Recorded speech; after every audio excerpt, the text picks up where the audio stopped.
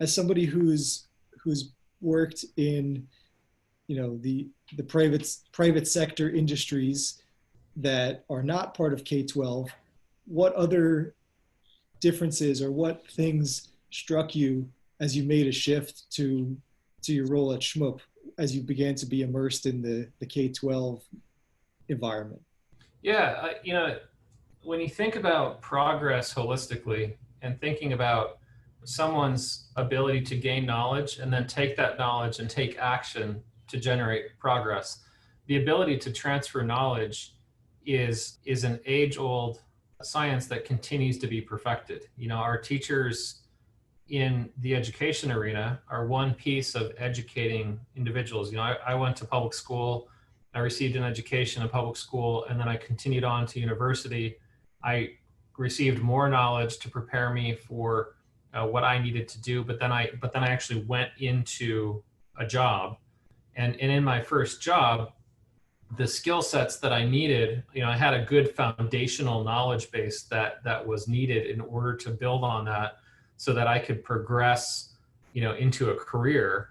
But not everybody receives an equal foundation, right? And when you think about as I moved into the education arena, some of the disappointing things have been in seeing not everybody have equalized access to education, meaning some states or some districts are only able to provide what they could afford.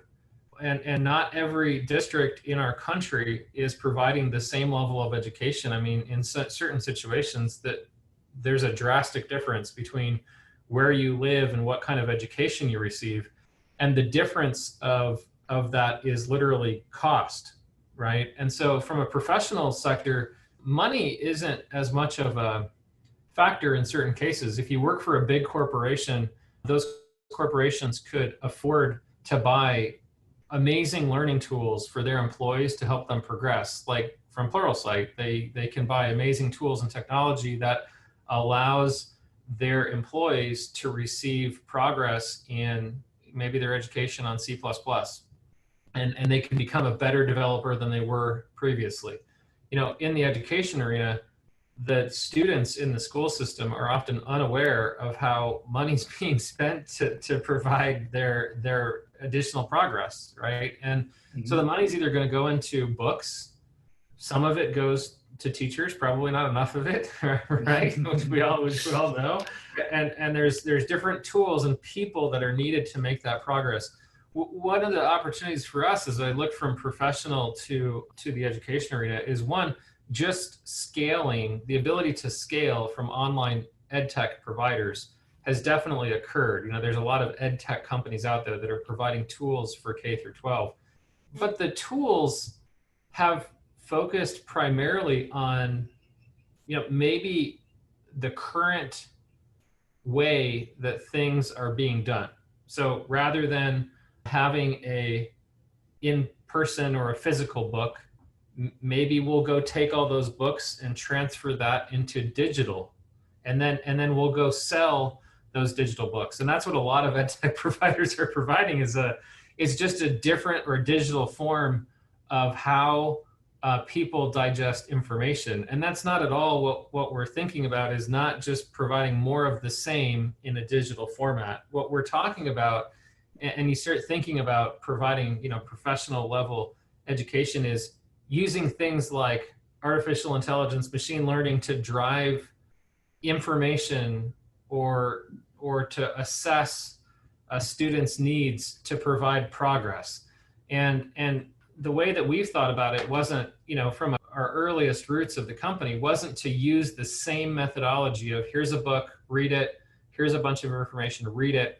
We wanted to use a form of engagement. So from our foundation, we realized that, the way that you could maybe engage a student was by providing a little bit of humor and flair into some of the content, even when you're learning E equals MC squared. Like the way that you teach that concept, or if you're teaching something like convection, conduction to a student, it doesn't have to be dry.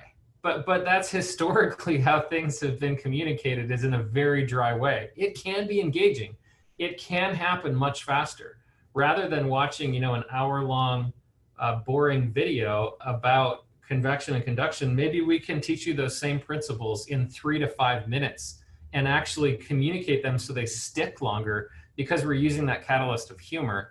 Now, in addition to that, we also think about, well, when we assess, a student's needs, there's a lot of amazing information out there and a lot of amazing research that has been completed to help, education providers progress their students faster. The challenge, though, is it makes it, without technology, you can't really scale that across multiple students. And this is where the magic starts coming into play, and some of the things that I saw at Pluralsight. When you mix all of that research and analysis and how you can help students to progress, it does require that you collect information from students and that you're able to prescribe a direction forward in an automated way, if possible, with the teacher. So once again, we realize what technology has done for us in the world as far as, all the apps that we use every day and all the different functionalities that we use to make our life easier, right? I mean, it's so much easier to get from point A to point B than when I was growing up as a kid. The old way was you got to pull the map out and you have to read the map and then you have to follow the path. Imagine if imagine if the only thing Google did was take that map and they make it digital, but they don't actually allow you to get directions in an automated way. It would be really hard on your phone to kind of move the map around. But what they've done is they've automated the ability to type in one address and another address to get from point A to point B, and it tell you how to get there.